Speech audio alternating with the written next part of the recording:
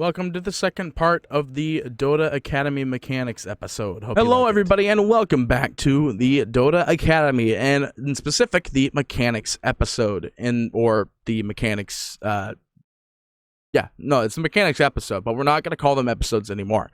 But welcome to the Mechanics episode, where we talk about all the mechanics in Dota 2. Previously, we talked about basically all the attack mechanics, and now we're going to talk about the other kinds of mechanics available. Within Dota 2, as you can see here with this very nice map, there's lanes in the sense. You have your top lane, your mid lane, and your bot lane. But in reality, when you're on the Dire team, you see this as your safe lane, your mid lane, and your off lane. So in the safe lane, which is the same thing for the Radiant here, because this is also the safe lane, but in the safe lane, this is like where you end up putting your safe lane core. And by your safe lane core and be your hard farmer, your guy that needs all the items to win. He wants every single item in the Dota 2 game possible to end up winning and taking the victory. In the mid lane, that's basically the same exact story, except this hero is usually alone, allowing them to get the most amount of XP as well as trying to maximize their farming. And then you have the offlaner, which their sole purpose is to live in the off lane, but maybe if they can get kills, that'd be great. It's not exactly needed, but that's basically with that. Next, there's also the jungle. As you can see here with these 4 elevated plots here on this map, this area is called the triangle, and this area is also called the triangle. The triangle is a location where people in the off lane, if they're not doing too well, can go and farm instantaneously, while on the side of the Dire, which you see here in the Radiant here, is also another location for you to do some farming. This upper elevated area is a little bit safer in the earlier games, and then this lower area also has jungle creeps, which is less safe, but still within a point of time within reach. The next big thing we do want to talk about is called the buildings. There are a small percentage of buildings in Dota 2. The first one is the Ancient, as it is called Defense of the Ancients. That's your big boy. If that goes down, you lose the game. But don't worry, you got the next best thing that's blocking their ability to end up getting in there, called a tower. Now, a tower, hopefully I can actually I should have just clicked watch on that game so I could just show you exactly what I'm talking about. So we'll go ahead and watch into this game here, and we'll just go ahead and get a quick view of what a tower is, so that way people can understand what a tower is. But I imagine everybody knows what a tower is if you've played any other kind of MMO before in the past as well. So we'll get in here, we're going to hear a bunch of sounds, and then we're just going to go to a lane where nothing's happening.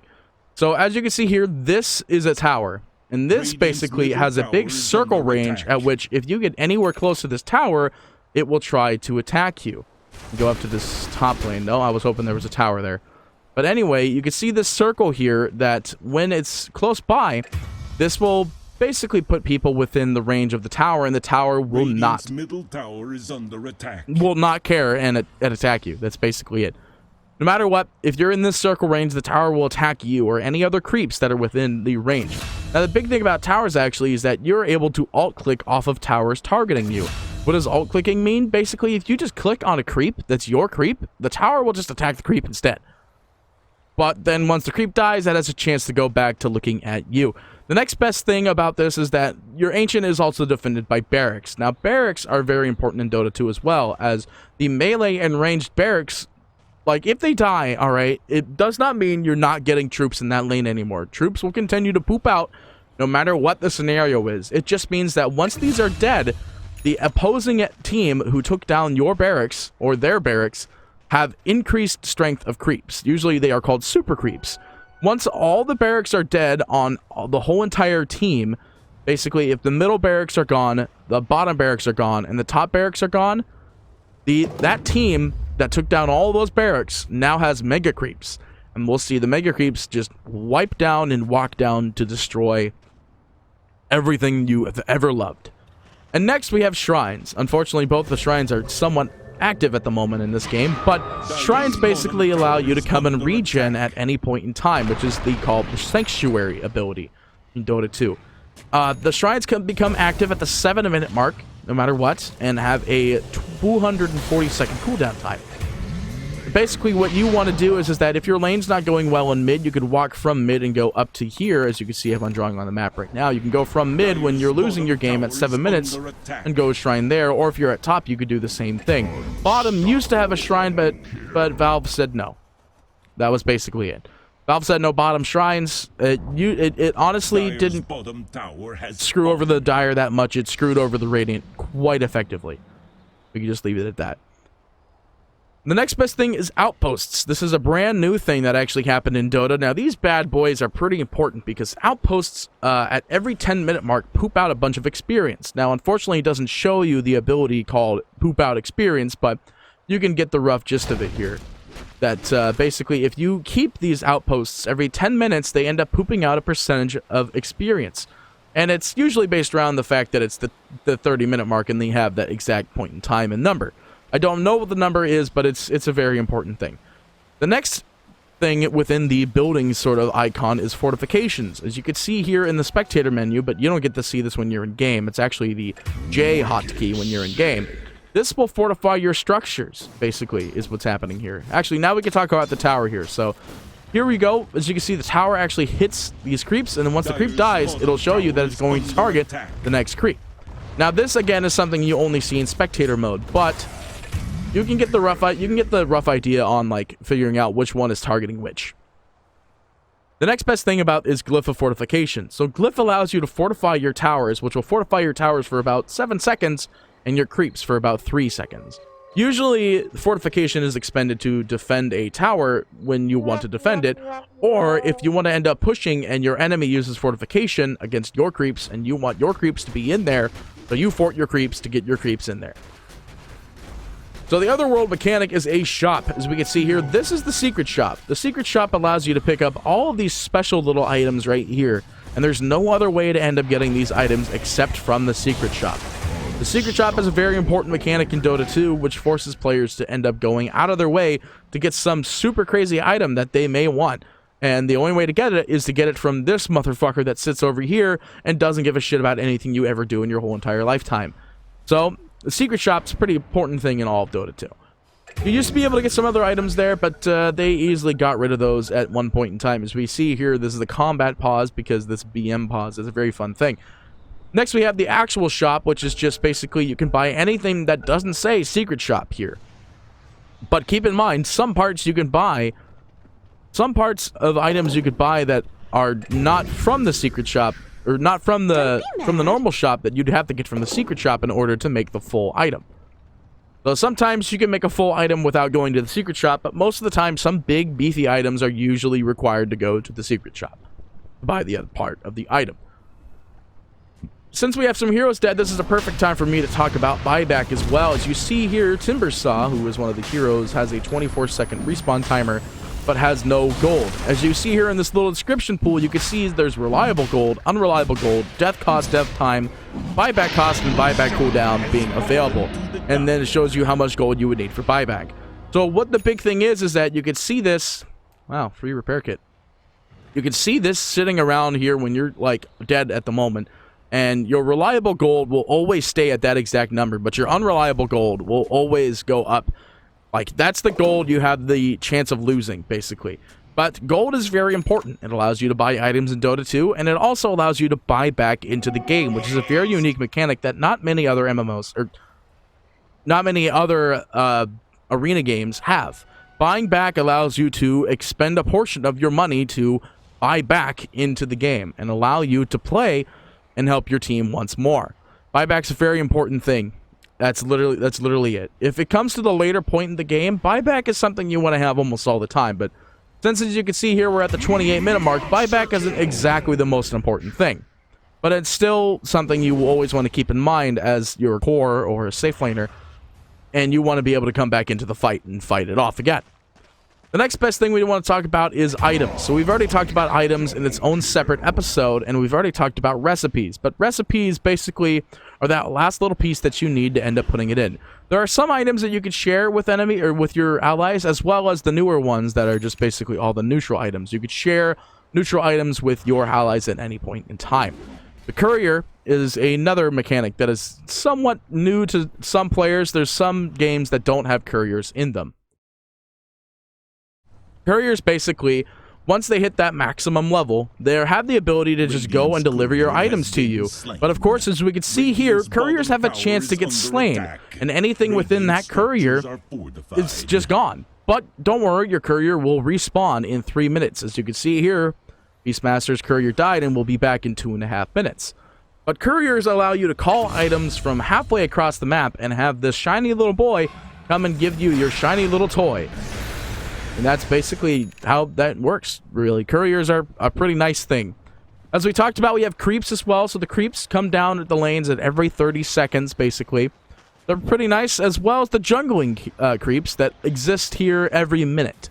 So if you end up killing a whole entire jungle and your creeps are dead, but you're like 2 seconds away from like creeps respawning, well, just walk away from the camp. As you can see here, if you hit the Alt key, you can see the boxes you should not be standing in once the camp respawns. But every minute, these creeps will respawn so long as the creeps have been killed at some point in time. But these are basically the neutral creeps, and then these are the lane creeps. The lane creeps are usually always better to kill, but if you have to go jungle, you're perfectly able to. Next, we have summons, which is another very important thing. So some heroes like Nature's Prophet, we could probably leave this now. Yeah, we could leave this game, we're good. Or, leave the game. The next thing we want to talk about is summons. There are some heroes that have summons and some that are just, you can come out from books. Stuff like that. An easy one to call out is Nature's Prophet. He has the ability to use the ability called Nature's Call. It poops out a bunch of treants that ends up just being complete assholes. Summons are usually used to end up pushing down lanes and just helping you win the game. There's some other heroes that have some pretty decent summons, like Beastmaster, as we actually saw in that previous game, where he has the ability to summon a boar and summon a hawk that gives you vision, but can be easily killed off at any point in time.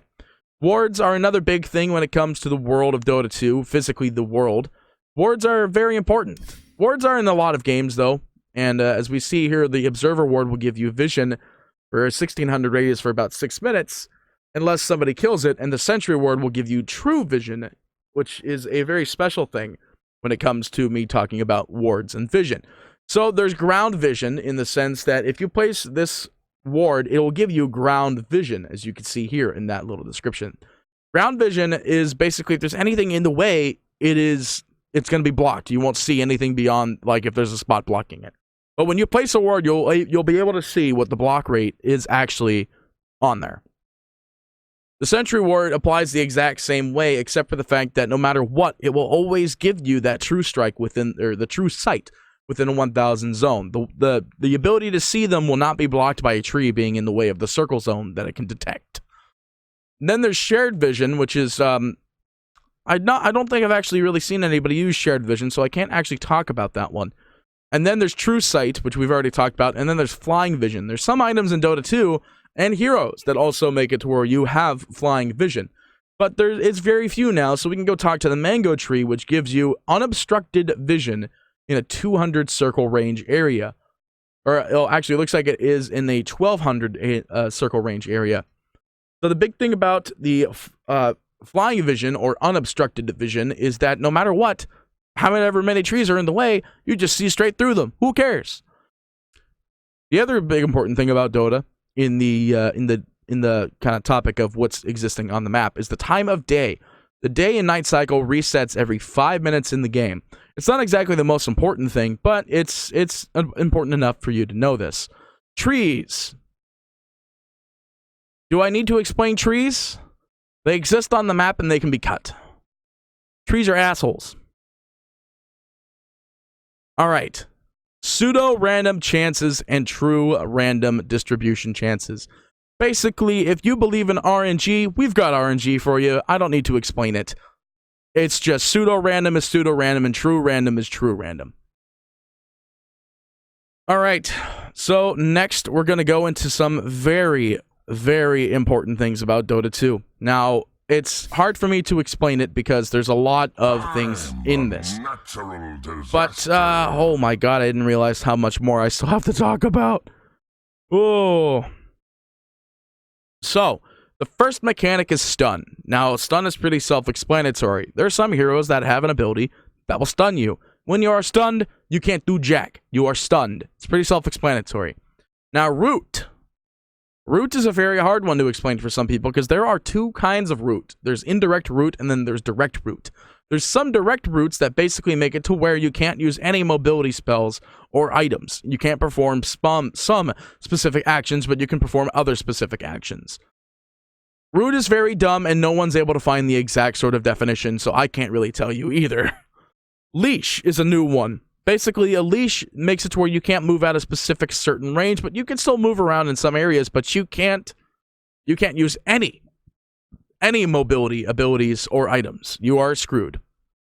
Hex is pretty much exactly like stun, except you just can move at a slightly quicker or slower pace. You move a little bit slow. That's pretty much it. Cyclone, which is basically just you're being brought up into the air, is either thrown out by tornado or Yule Scepter. And then you've got apparently hide/banish. So there are two abilities in Dota 2 that basically remove the character from the game. There's Outer World Devourers, Astral Imprisonment, and then there's Shadow Demons. Don't actually know the name of it. Disruption. Yeah. So what happens is that when either of those two heroes use their hide/banish, they are removed from the game completely for that period of time and won't be affected by any of the other mechanics unless their ability says that. Next, there's blind. Basically, blind allows you, it will end up making you miss attacks. Basically, just you have a miss chance. Silence. If you are silenced, you can't use abilities, but you can use items. Mute. You can't use items, but you can use abilities. Break. Your passive abilities are completely disabled, meaning if you have evasion or crits as a passive in your hero, for like example Phantom Assassin, they're not usable. They're just disarm. You can't attack, but you could still use abilities. Slow. You are slowed. That is it. Trapped. A unit's movement is restricted by barriers but can still perform actions. So basically, like if there's a wall in the way, or like a tree branch that you get stuck into. A special one is taunt, alright? So a unit is forced to attack a certain target, which ignores any other player input. There are two kinds of taunts in this game that I can think of off the top of my head. There's Axe's Taunt, which comes from his Q, and there's Legion Commander's Duel, which is considered a taunt. That's pretty much it there. Fear is a very special one. Fear usually forces units to run towards their team's fountain. And then there's this newer one that's called Hypnosis, but it uses the same icon as Fear. Lich has that ability, and basically it's just you pull the person closer to you. It's called Sinister Gaze. So that's basically Hypnosis. Forced movement is basically it forces you to move into a specific location, which an easy hero I could talk about is Void Spirit, and his Q forces you to walk into that direction. As you can see here, when a unit crosses the gaze of the Aether Remnant, the Remnant pulls it in and damages it. It forces that person to walk in the direction of the Remnant. So that's what that is. Next, you have teleports or blinks. You have the ability to either teleport with a TP scroll, or you can use a blink dagger or, blink spells that are on your hero. Invisibility basically can't be seen by normal vision, but can be detected by True Sight. So wards or the gem of True Sight, or if you're Zeus, you have Lightning Bolt. Pretty much it. Phased. Basically, a phase boots allows you to walk through people, much like also with the Shadow Blade. Invis Rune does not allow you to do that, though. Invulnerability, which means you cannot be attacked by physical attacks. So that 2.5 seconds for the Aether Lens, not Aether Lens, Aeon Disc, that's invulnerability. Spell immunity is basically cannot be targeted or affected by most spells. The only reason why it's called most spells is because that recently changed. So it's very hard to find the sort of deal there. Next, there's attack immunity, which basically puts you into the ethereal form, which we can see here is the next thing to talk about is called the ethereal. Basically, if you're ethereal, you can't be attacked, but you take more magic damage. Attack immunity means you just can't be attacked. Or, yeah, the unit who is hit by attack immunity can't be attacked. That's pretty much it. Next, there's dispelling. Dispelling is very, very annoying. There's a basic dispel, which basically dispels basic abilities that happen to you and items. Spell immunity also dispels things as soon as you activate spell immunity. A strong dispel is much like when you activate any big spell immunity things. Removable buffs is a list of buffs that can be removed by various forms of dispels, and the same thing with removable debuffs. That's pretty much the whole story on that one. So, next with that, we're gonna put this last one into one whole episode here. I think I could definitely get it all in there. So the first thing we want to talk about into the next set of things is gameplay. As you can see here, when you play games, there's a bunch of different modes that you could pick. All Pick allows you to pick any hero at any point in time. Turbo makes it to where it's a much shorter version of All Pick, with weaker towers, streamlined couriers that go super duper fast, increased gold, and XP. Single Draft forces you to play one hero of 3 random attributes. You can only pick of those 3 heroes, and Random Draft basically sets a pool of about 50 heroes that you and the enemy have to pick. All random. Pretty much self-explanatory, all random. Ability Draft. Now, Ability Draft, I could say, is the best way for a player to learn Dota after they've gotten the little bit of ropes. Ability Draft forces you to end up picking up abilities for your hero to end up drafting in the game. With that being the main focus, Ability Draft makes it to where you could test your skills by having the best sort of build with all the best kind of skills. Then all random deathmatch. Each team gets 40 total lives, shared amongst all of you. So if you die, your team goes down to 39 lives, and every time you die, you come in as a new hero. All random deathmatch is probably one of the ones where you would play to find out if you like that hero or not. So that's the gameplay and the custom modes kind of thing. The heads-up display, as we saw in-game, I don't want to go into in-game. Oh, we might actually have to go into in-game, never mind. I have a list. I'm looking at a list of stuff that we have to do, basically. So if we go into the game now, we can go into heads-up display, and basically the HUD is the in-game graphical interface, showing your hero portrait, ability stats, and items, as well as any other various things. We saw that when we come into the game here, so the big thing is, basically, you see this little guy right here? This is your HUD, but if you click a character, this is your character's HUD if you are Lich. Basically, you see Lich, you see your health bar, you see the mana pool, you see your abilities, your items, your shop bar over here, which is another HUD kind of thing, as well as your mini-map. That's a very early Roshan. But basically, that is your HUD. It's very nice, actually. It's not one of the... It's one of the least looked at things. There used to be a point in time where you could get specialized, customized HUDs, but not anymore. I mean, you can. They're still being made. They just don't look as good as they used to be. Next is the mini-map. As you can see here, it's actually not usually this big. There's an option within settings you could click on that changes the size of the mini-map. As you see here, basically, I use the extra large mini-map, but if you see when I click this, it changes the size of the mini-map. I do highly suggest for any new players and old players, any players in general, to just use the XL map. It's very nice. It helps you out quite a bit. Sure, it'll make you misclick a couple of times, but it's very important to have that, in my opinion. Next, we have the disjoint, basically. So there's some projectiles in Dota 2 that can be disjointed. For example, tower attacks or abilities. If you go invis at the right point in time, then that means you've successfully disjointed an attack. 50. Then there's denying, basically. It's the act of killing a friendly hero or a friendly creep in the lane, basically. If you deny a creep, you deny the chance of getting them experience and gold from that creep. The big thing about denying this is that you can deny your towers. That's a very big thing that people don't really understand when they come into the world of Dota 2. You can deny your towers. Denying towers is a pretty good thing in Dota. And if you deny towers, you get a small portion of gold and a large portion of happiness. What is this man doing?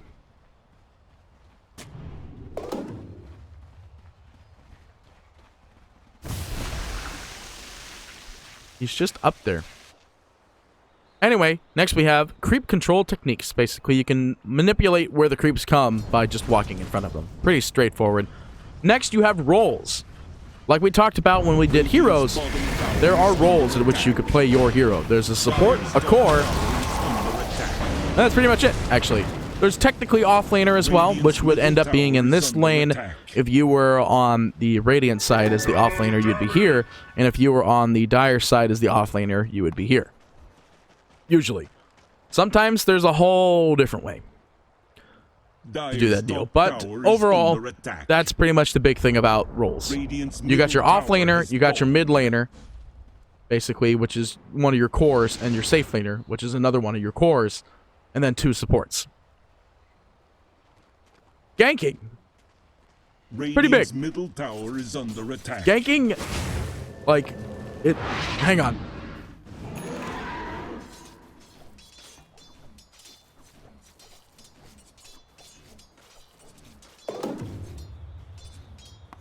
Sorry, you got the winter flu is coming through. Ganking's a pretty big thing in Dota 2. It could define whether or not your game is going to go really good as your mid lane or really bad as your mid lane. Radiant's bottom tower is under attack. But overall, ganking is a very vital thing in Dota 2. It ensures your team's success as well as victory in the later stages of the game. Much like you can see here, where easy success. But anyway, the next best thing is pushing, which you can see here, which is what this team is doing now. They're going back into the game and slowly pushing away everything because, you know what, they could just do that. They push, you can push your enemy team, you can push the enemy heroes. But the big thing about pushing is that you don't really want to do it earlier into the game. It's more of a thing to do later in the game when you could justify having the ability to push. The next best thing is harassment, which is back to the laning deal. Basically, you're just in the lane, you could harass the enemy, and you win. Which, by that means, you actually get farming. And then farming can also translate into the jungling, which is you farm in the jungle if you're not doing too well. And then initiation. Some heroes have natural initiation, some of them don't, which you would end up buying a blink dagger to kind of justify changing.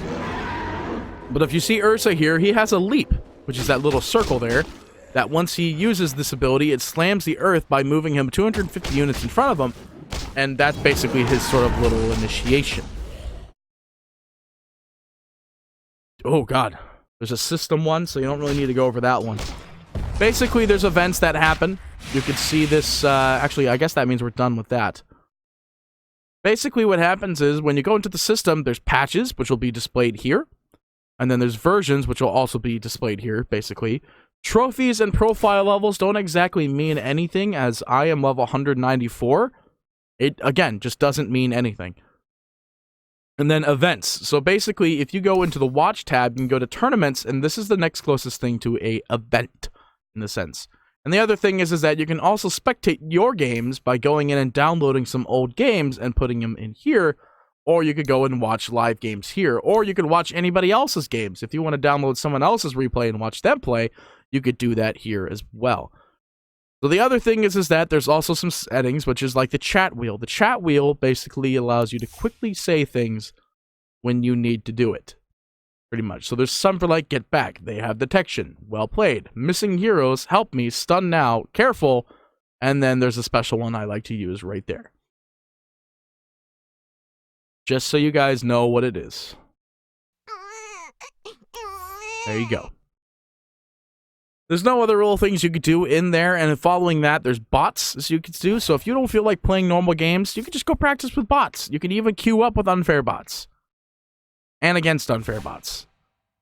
That's usually the best way to do it. But believe it or not, I've officially gone down the list, excluding MMR. Fuck MMR, basically. MMR controls Dota. That's all I could say. MMR controls Dota. Matchmaking sucks. Valve will never fix it. Move on. And then that's pretty much it. There's cosmetic items, which we will cover in a later episode. But with that being said, ladies and gentlemen, we've kind of gone over all the mechanics of Dota 2. Pretty much all of them. So if there's anything I missed, which I know there is, feel free to comment it down below. And I'll see you next time for some more Dota Academy. This is Party PD, signing off. Thanks for watching this episode of Dota Academy. We'll come to you next time with some more epic videos about learning Dota. If there's anything you need me to highlight, please feel free to say it in the comments below. Make sure to subscribe and we'll see you next time.